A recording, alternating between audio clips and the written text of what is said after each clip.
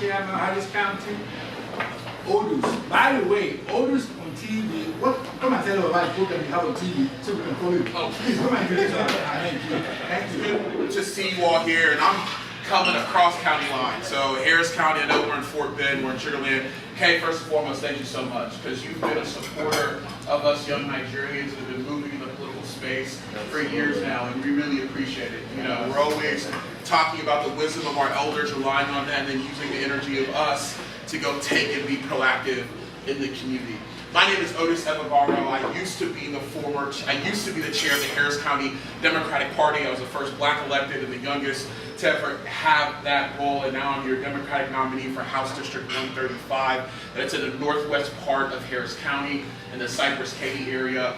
My old boss, a guy named John Rosenthal, who is like the nicest man you'll ever meet, is now running statewide for Railroad Commissioner. And so we're really excited about the prospects of him flipping that seat for the first time in 30 plus years to have a Democrat win statewide here in Texas. And I will tell you that we're just excited about the landscape writ large, right? The energy is behind us. I'm not going to sit down here and talk to you about anti-Trump. I'm going to talk to you about being for the people, being about working families, being about our students, being about our healthcare professionals, our teachers, our paraprofessionals.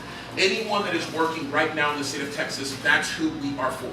We want to make sure that our students are going to schools that are fully funded. Texas has neglected our students. They've neglected the future of Texas. We want to make sure that our schools are fully funded. We want to make sure that we expand Medicaid in the state that has the highest underinsured rate in the country.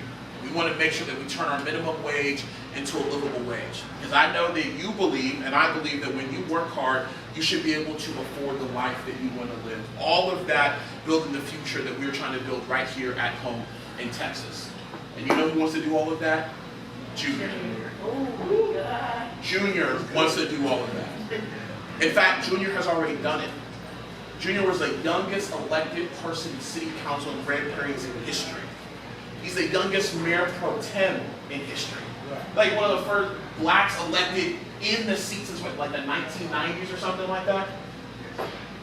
Junior also sitting on city council, increased minimum wage for city employees, made housing more affordable, public transportation more affordable. He's already done the work. And oh, by the way, he's only 27 years old. So don't let anyone tell you that we're not paying attention as young people. Don't let anyone tell you that we're not rolling up our sleeves, we're not trying to get the vote out, we're not trying to raise money, we're not trying to do these things. I assure you, we are just as desperate of making sure that the future that we are building and living in right here in Texas is just as thriving as it was in the past. And the only way we're going to do that, help Dr. Lalani and Rep. Ron Reynolds and Houston City College trustee LaLu Davies and some of our other elected officials and J.P. Sonia Rash and my former partner in crime, Chairwoman Emeritus Cynthia Ginyard and Jennifer Cantu and all of these folks is making sure that we are getting the right people in office fighting for us. We are no longer going to be the minority party, we are the opposition party. Hear me when I say that. Our mindset as Democrats, and I'm going to speak as a partisan here, our mindset as Democrats has been, oh, we're in the minority, woe is me. No more. We've been losing for 30 years in the state of Texas. I'm tired of losing. I'm as competitive as they come. If you're Nigerian, you better be competitive. Because when you come into this country like my parents did, you come on a penny and a promise. You have no choice but to be competitive and to rely on the love of others like my parents did when it came to government help. So we want to make sure that we bring those things back. I am ready to be in this fight with my brother Junior. We are going to go there January 12th, 2027. Woo!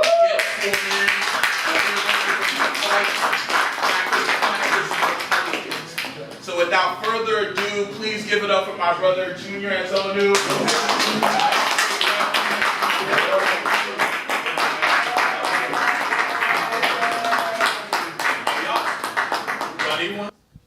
Can we give Otis a hand, please? Otis is very talented, as you can tell. I met him over 5 years ago through Kay, who had, well, I'll start with Kay and I'll talk about Otis. So, Kay, thank you for organizing this. Thank you for bringing everybody together. Can y'all please give Kay a hand? Please give Kay a hand. When I was running for city council, I was 21, going on 22 years old. We connected through NAPAC. Prince Nkuku, thank you so much. I said Prince. Oliver Nkuku, Prince's brother. But thank you so much for all that you do as the NAPAC Texas president. I'm so grateful. NAPAC was supporting me when I was running for city council. I was running against a 12-year incumbent that served Grand Prairie since I was 10 years old. So it was a very challenging race. NAPAC was supportive of me, and I was so grateful. Kay was supportive of me. I was so grateful. And we were able to win that race by 183 votes in a runoff election. That race, I've always told people this, that was the most challenging race I've ever been in. The reason it was very challenging is I had no name recognition. I had no experience. I was a college student, and they really beat me up on a lot of racism. I had folks while I was campaigning telling me to go back to Africa, saying we're not going to vote for that N-word. We can't pronounce his name. I had a lady walk up to me at the polls. I'll never forget this day. This is in May of 2021. She walked up to me at the polls and said, "We don't need that shit here in Grand Prairie. We're fine." And I told the lady, I said, "Thank you for coming to vote today. God bless you." And the reason that I took it that way is because I knew that she didn't know who I was. She didn't know my character. She didn't know who I was, who raised me. And she was just going based off fear, what she had heard about me from others, what she had heard about me and how people characterized me. And she was afraid. So I extended grace because a lot of people in politics are going negative because they're fearful. They're fearful of the unknown. They're fearful of who you may be, what you may stand for, what you may not stand for. And if you as an elected official don't extend grace to your residents, to your constituents, to the prospective voters, why should they extend grace to you? So what's incredible is 3 years later, when I'm running for re-election in 2024, so many of those conservative folks that had the racist epithets towards me would contact me and say, "Junior, you've proven us wrong. We're going to support you for your re-election." I'll never forget this one gentleman that reached out to me on Facebook in April of 2024. And this guy was on Facebook saying that I was going to bring drugs into the city of Grand Prairie. Grand Prairie was going to be a crime-ridden city. He's a real big MAGA guy. But he reached out to me. He said, "Junior, myself, my wife, and my son will be voting for you on Saturday. You proved me wrong. You showed that a young man can lead. And I'm proud of you, and I'll be supporting you." He's not supporting me for state rep because I'm a Democrat. But for city council, he came around and supported me because I looked at it like this. He didn't know me. Many of them didn't know me.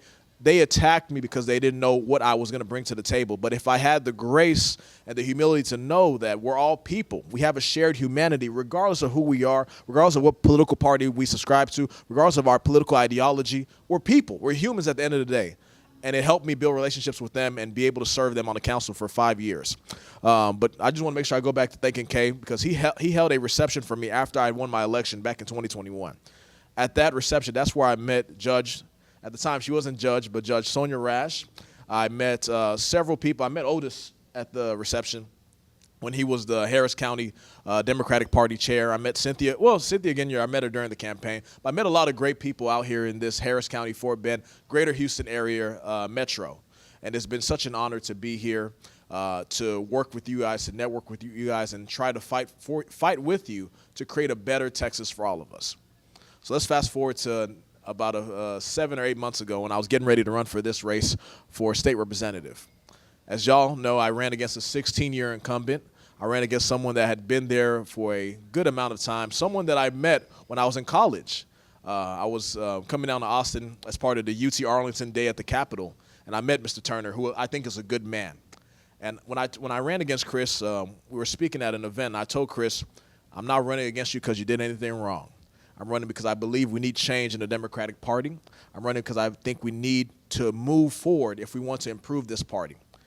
The party cannot be the same party from 2008 when he was first elected or 2012 when he got back in there. This party needs new energy, new ideas, new fighters. Why is that? In 2026, we're facing a different fight. The politics of 2026 is vastly different than what it was back in 2012. Different gloves are being used in this fight. Sometimes there's no gloves. And we need people that are ready and prepared to do that kind of work. That's why I'm ready to work with Representative Lalani, who's done a great job. I was so impressed when you won back in 2022. I've been following you and my brother Salman Bojani up in North Texas, who were the two first Muslim Americans to serve in the Texas state legislature. And as y'all know, the Muslim community in Texas is under attack by Governor Abbott and the Republicans. In Grand Prairie, just 2 weeks ago, they had an event shut down that was celebrating Eid, a Muslim holiday. So it's unfortunate, but we're going to fight on that. But yeah, like I go back to what I was saying about Mr. Turner. I told him not running against you is just meeting this moment and fighting for the ideals that will move our country and our state forward. We are currently at a crossroads in this great United States of America and state of Texas. We're either going to go left or we're going to go right.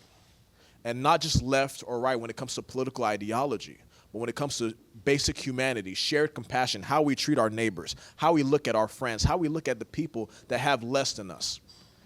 We are suffering a crisis of conscience where Texans are struggling. People in my district, when I was canvassing, told me they're struggling to decide whether they're going to pay for medication or afford their mortgage. People that are living in nice single-family homes saying that the medication is so expensive for them and for their family that they're trying to figure out, can they afford their mortgage? Not to mention the millions of Texans that can't afford even the idea of buying a single-family home. Do y'all know what the average age for a first-time home buyer is now in 2026? 40 years.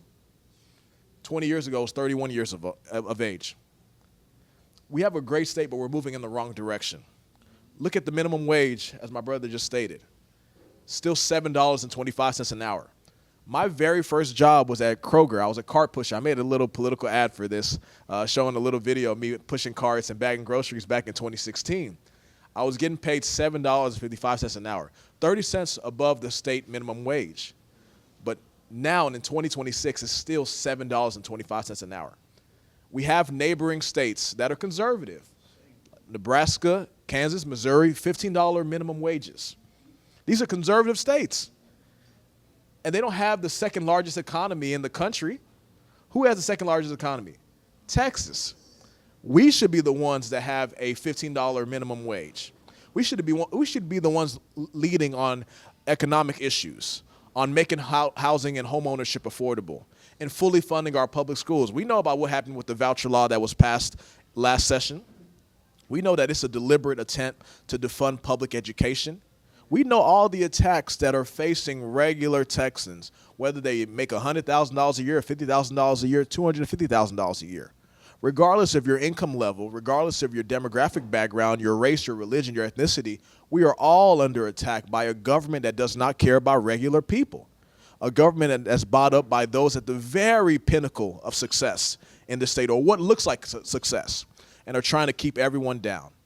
But that's why I'm so excited to be in this seat, getting sworn in next January, to fight for all of us, to fight for our collective humanity, to fight for the issues that impact us. As Mr. Nkuku just stated earlier, if you don't have a seat at the table, you're on the menu. If you don't have a seat at the table, you are on the menu. And we have the state with the most diversity, whether you're South Asian, you're Hispanic, you're African, you're black, you're white, it doesn't matter. We are so diverse in this state, and our state legislature, our state government has to reflect that, and the policies that we pass need to reflect that. And that's what we're going to do next year. But it starts right here. It starts now. Judge Rash has a very important election in November. They gerrymander her into a very difficult seat, but she's going to win it again. She needs your support.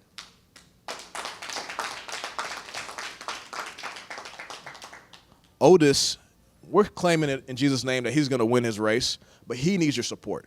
He needs your contributions. He needs you to help him canvass in his district.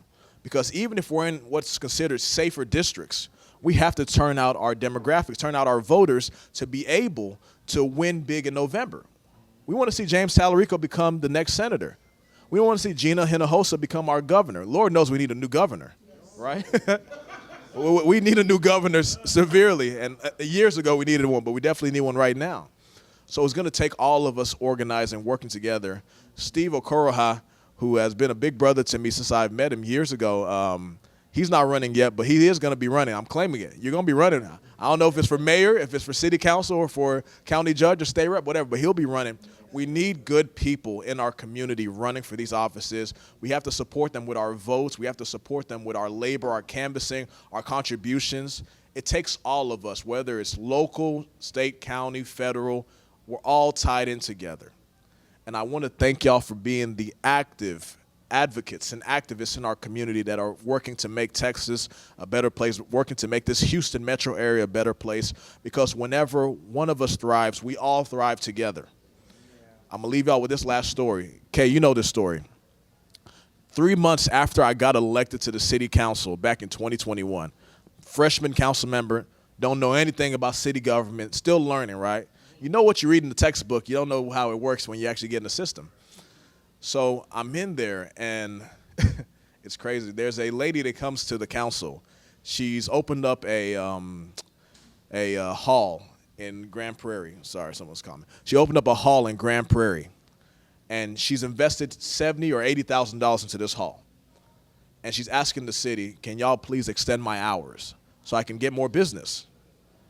Because normally, you know, people like to have events on the weekends that may go into 2 or 3 a.m. at night.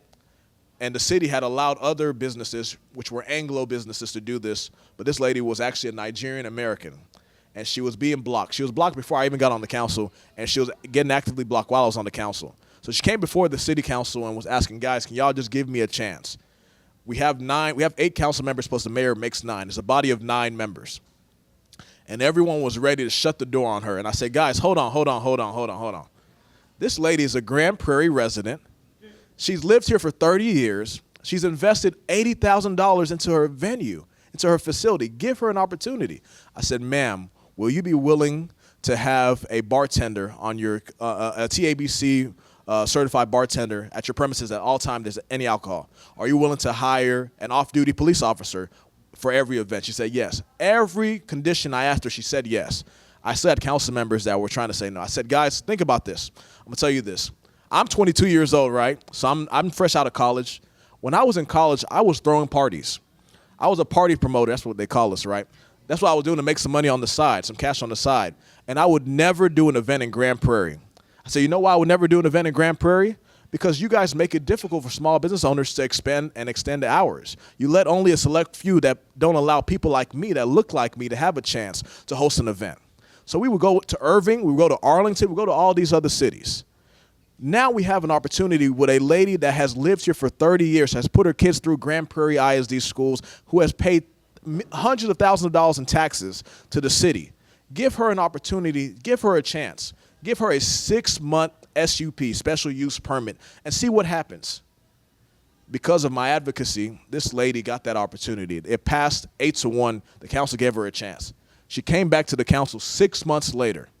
No issues. Police chief checked the records. No calls from the police. No calls to the police department about any issues. Nothing.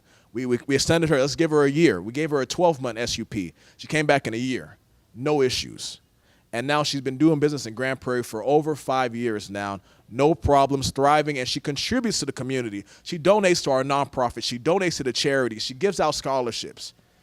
This was only possible because you had someone on that council that was empathetic and wanted to give her a chance and understood where she was coming from. That's why I always hammer on this idea of needing a seat at the table, needing someone that will speak up for you if you don't have a voice. I didn't know this lady.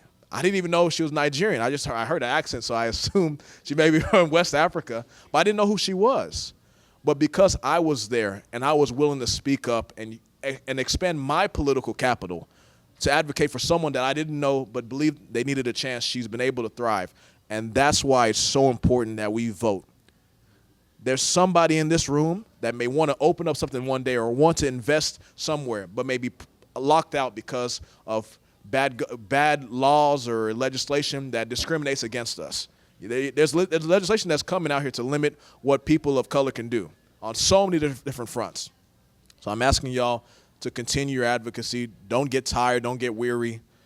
In every challenge, in every battle, there's a light at the end of the tunnel that makes it all worth it. So again, thank you guys for having me. Thank you for hosting me. And let's keep doing great things. God bless you all.